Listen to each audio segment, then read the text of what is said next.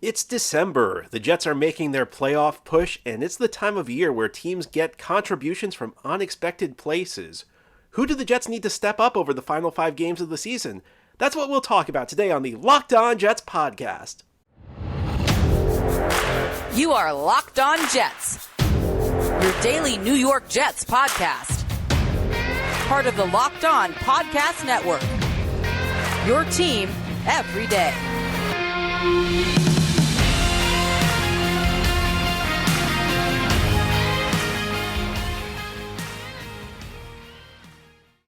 Welcome. This is the Locked On Jets podcast, part of the Locked On Podcast Network, your team every day.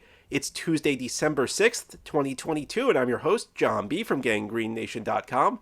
Thanking you for making the show your first listen or first watch every day. This podcast is free and available on all platforms, including YouTube. If you like what you see or hear, hit the subscribe button where you are watching or listening so that you'll never miss an episode. If you're listening on a podcast source, please give the show a 5-star review. And if you're watching on YouTube, please give this episode a big thumbs up.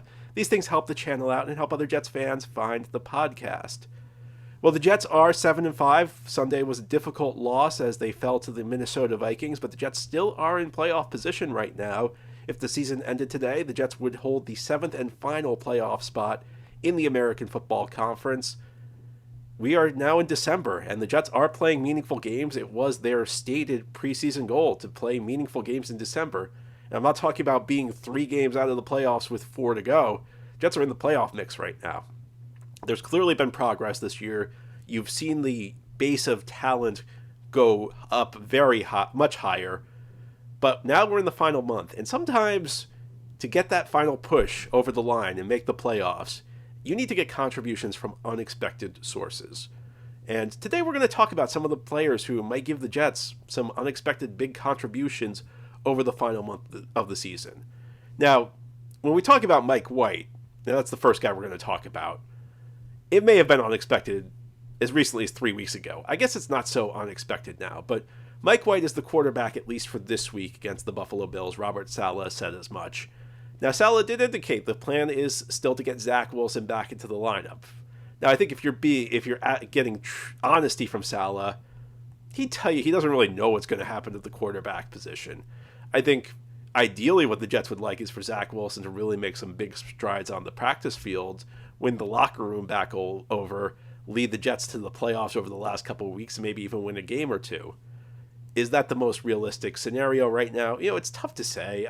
When I watched Zach Wilson and how he was struggling just mechanically, and let's forget about all the other issues, the issues with reading defenses, some of the stuff going on in the locker room. Mechanically, it just feels like he's really off, and I was skeptical that it's going to be a couple weeks to fix this. This seems like the kind of thing that may take a full off season, maybe more. You know, maybe it's for some guys it never happens. So I'm of the mindset that I think that the more time goes on, the less likely it is we'll see Zach Wilson on the field this season. I don't think we've seen Zach Wilson take his last snap in the Jets uniform, but I think that the chances are we may have seen him take his last snap of the 2022 season in a Jets uniform, no matter what Robert Saleh says. Now, he's keeping his options open. When he says the plan is to go back to Zach Wilson, I think what he's really doing is just keeping his options open. Because if he says Mike White's the starter for the rest of the season, and White goes out and plays 3 straight terrible games and throws 3 interceptions in every game, well, then what do? Then you're going back to Wilson anyway, probably. So I think it's up in the air at the moment, but for the moment, Mike White is the starting quarterback. And I've said this all season long. Now, this is not a Jets team that most weeks is going to need spectacular quarterback play. Unfortunately, Sunday against Minnesota was an exception. The Jets needed a lot of playmaking in that game. And to White's credit, even though it wasn't a great performance, and even though you could make a pretty strong case it wasn't even a good performance, White did some good things in the game. White led the Jets back, and with a better break here or there, if Braxton Berrios holds on to the ball, or White doesn't miss Garrett Wilson by like a foot, or there were so many things, or maybe the defense doesn't give up that touchdown in the fourth quarter. The Jets could have won that game, and White would have been one of the heroes.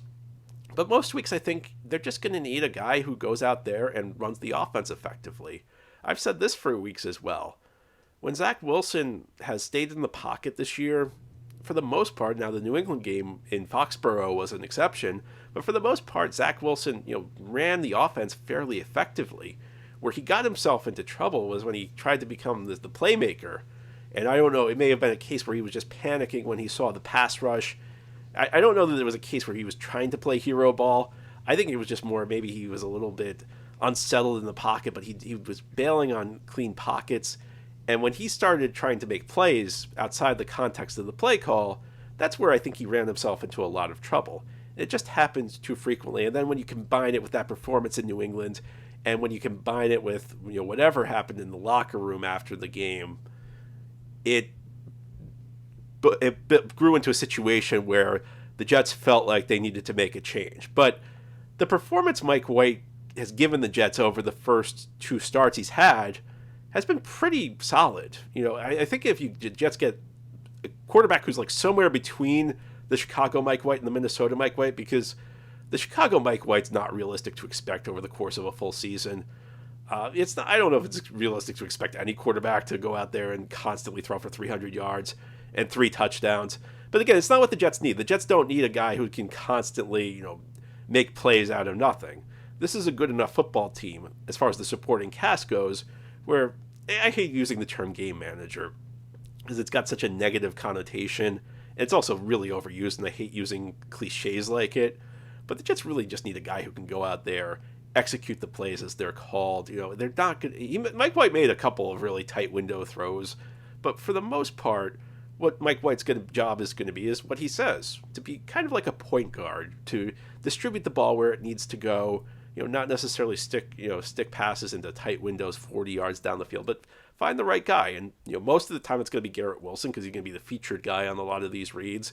And he's such a good route runner that already is a rookie that he's going to be open for the most part. But if Garrett Wilson's not there, then get to your second option, even get to your check down. In that Chicago game, Mike White hit a lot of check downs. And these were things that Zach Wilson hasn't been doing. If Zach Wilson had been able to do those things, if he'd shown a propensity for just checking the ball down when nothing's there and taking the yardage that's there and showing an ability to hit the check down with an accurate pass, Zach Wilson would still be the quarterback of this team. I think if you look at the last 2 weeks, what Mike White's given you is kind of what we've been hoping Zach Wilson would give the Jets. An occasional great game like he had against the Chicago Bears. But other than that, even on like a bad game, even a game where nothing seems to be working for you, like we saw against Minnesota, make enough plays to keep the offense moving. Keep moving the chains, keep the Jets in the game. That's what Mike White did. And like I said, I don't think it was a really good performance by Mike White against Minnesota, but there's things you can take from it. The fact that even though the game got off to a rough start, it did not completely collapse on the Jets or their offense, and the offense got better as the game went along. It's really things like that that will keep the Jets in games, and I think that's really Mike White's job. The Jets aren't going to need Mike White to be the Cincinnati Mike White or the Chicago Mike White. A guy who can just run this offense effectively and get the ball where it needs to go. With this kind of defense, now the defense got to play better. I thought it was a bad performance on Sunday. In fact, if you're following a lot of the post-game chatter, I think the defense is getting off a little easy, because they gave up 20 points in the first half. They gave up that touchdown drive in the fourth quarter that was costly. I think the defense is getting off a little easy, but we can expect the defense to play better.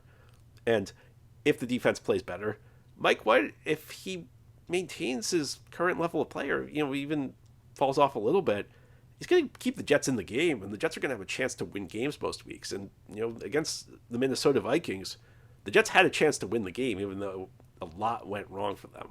So Mike White, the quarterback for the time being, a guy who not many of us were expecting to step into this role. And back in preseason, I was even wondering why he was still on the team, which shows what I know. And maybe I need to stop doubting Mike White, because every time I doubt him, he proves me wrong. But as we continue here on this Locked On Jets podcast, we'll discuss how Mike White's not the only guy the Jets are looking for to step up. There's another guy who drew attention in preseason for positive reasons, and now has stepped into the lineup and is making an impact. We're going to talk about Bam Knight as we continue this Tuesday edition of the Locked On Jets podcast. Today's episode of Locked On Jets is brought to you by LinkedIn Jobs. These days, every new potential hire can feel like a high-stakes wager for your small business, and you want to be 100% certain that you have access to the best qualified candidates available. Not every business has a Mike White sitting on the bench they can turn to when they need to insert somebody new. And that's why you have to check out LinkedIn Jobs. LinkedIn Jobs helps you find the right people for your team faster and for free. It's easy to create a free job post on LinkedIn Jobs, then add the job in the purple hashtag hiring frame to your LinkedIn profile to spread the word that you're hiring. Simple tools like screening questions make it easy to focus on candidates with just the right skills and experience so you can quickly prioritize who you'd like to interview and hire. This is why small businesses rate LinkedIn Jobs #1 in delivering quality hires versus leading competitors. LinkedIn Jobs helps you find the qualified candidates you want to talk to faster. Post your job for free at linkedin.com/LockedOnNFL. That's linkedin.com/LockedOnNFL to post your job for free. Terms and conditions apply.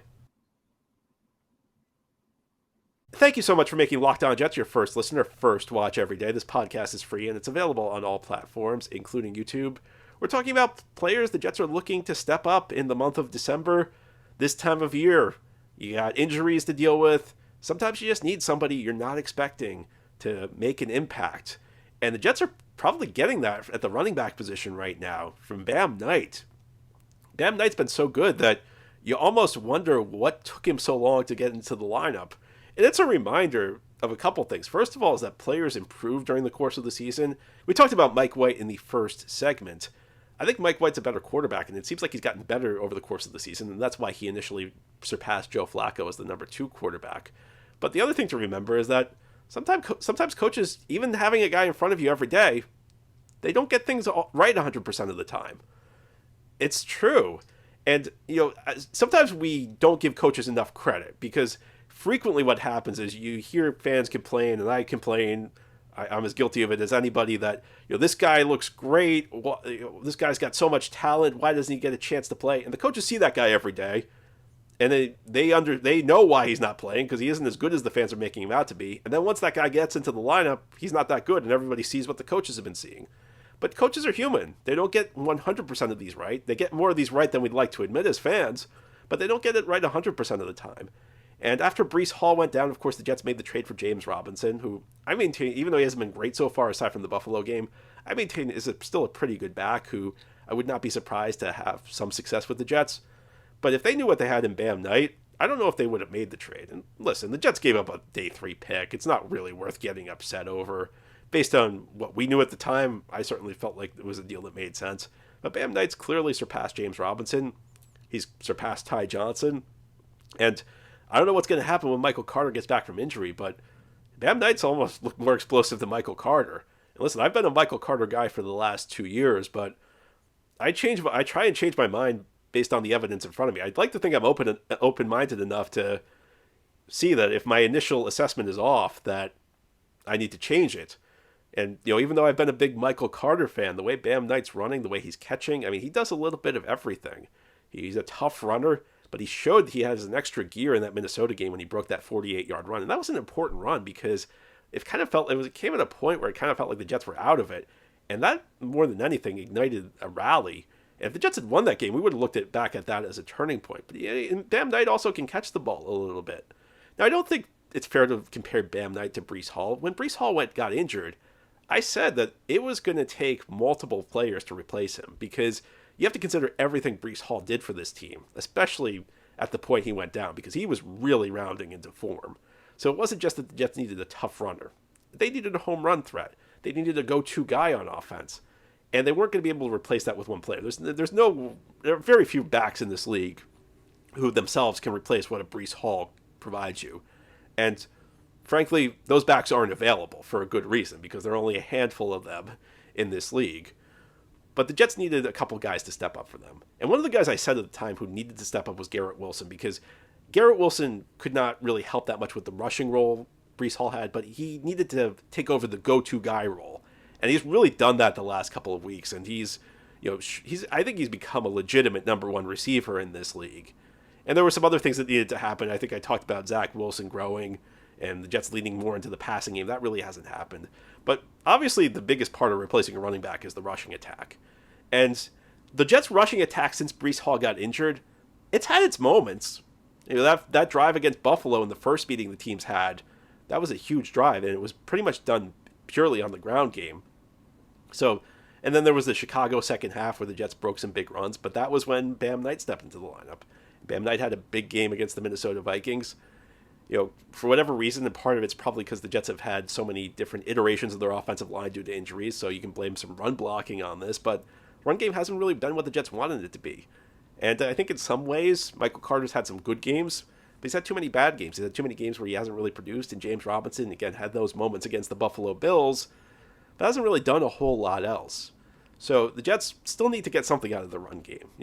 This offense, I think, is shifting a little bit more towards the passing game with Garrett Wilson's emergence.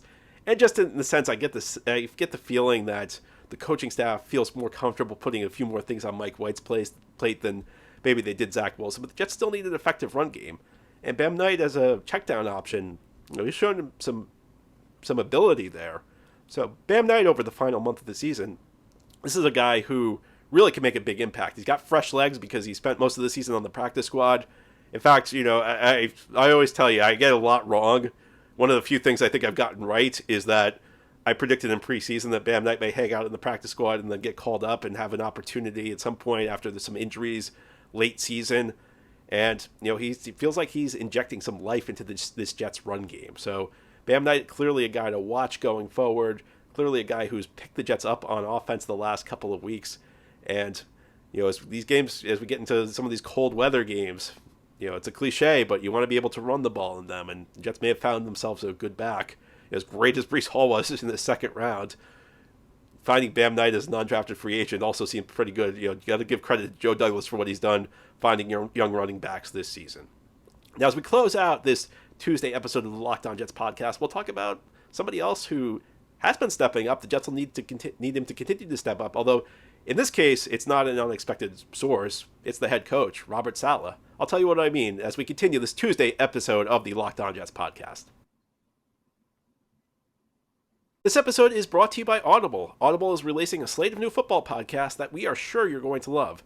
And that's why you'll be able to find a sneak peek of Block Forever available at Locked On NFL now. Block Forever is a brand new podcast from former NFL All-Pro, Ryan Khalil, who spent one season with the New York Jets, and Audible. Khalil takes the conversation about football to the next level. He gives football fans an insider's look at the game through the eyes of the greatest players and personalities of all time. Khalil sits down with star players, coaches, and former pros across the league to get a real look at what happens on the field and behind the scenes, inside locker rooms, during team meetings, and back at the hotel. You'll hear Christian McCaffrey talk about his love-hate relationship with fantasy football, and Juju Smith-Schuster give his most honest opinions about other players and positions in the league. Head over to Locked On NFL for a sneak peek of Block Forever, or catch the full series available wherever you get your podcasts. Available everywhere now. Audible. Get in the game. This is the Locked On Jets podcast here on this Tuesday. We're talking about people who need to step up in the final month of the season for the New York Jets if they want to end their 11-year playoff drought, make the playoffs for the first time since 2010. The focus of this show has been about unexpected sources where the Jets need contributions now. So we've talked about quarterback Mike White. We've talked about running back Bam Knight. But there's another guy the Jets need to step up. And a guy who I think really has stepped up through the course of the season, and that's head coach Robert Saleh. At the beginning of this season, if you asked me, is Robert Saleh the right head coach for the Jets, I really would not have been sure. Last year did not go very well, and quite frankly, I don't think Saleh really showed a whole lot. But it's difficult to say because the team has had so little talent last year that a lot of coaches would have looked bad in that situation. And the Jets, had a lot of injury issues as well. They had injuries to guys they really could not afford to lose last year. So I felt like it was too early to conclude Saleh was not the right guy, but you also had not seen enough to say Saleh is the right guy. And I still don't think we're to the point where you can definitively say Robert Saleh is the right guy, but I think clearly he's been trending in the right direction so far this season. And one of the things that's impressed me is the way he's dealt with situations that really could have derailed the locker room. I think you could go all the way back to the Elijah Moore situation, when, of course, Moore got angry. It was right after the Green Bay game where he did not get a target, and he a couple days later left the team facility and demanded a trade. And that's the type of thing that really can turn into a very ugly situation very quickly. But Saleh, I thought, very deftly handled it. I thought I was very impressed by how he kept things in-house. He publicly stated that they'd love to have Elijah Moore back, but he did something very subtle. They deactivated Moore for that Denver game, and Saleh treated it as though it was like Elijah Moore. We just wanted him to get him a mental break. But really, it seemed to me more like a under-the-radar suspension. It showed to me that there were consequences for Elijah Moore doing what he did. And that's one of the things that impressed me. It didn't come off like that to the press. It seemed to me like Saleh was the type of guy who praises in public and reprimands in private. And that's a sign a lot of good leaders have. But the other thing was that Saleh said, we want to bring Elijah Moore back into the fold. It would have been very easy to panic trade Elijah Moore. And to be objective, I mean, Elijah Moore really hasn't done a whole lot since he came back. He had a good game against the Bears 2 weeks ago.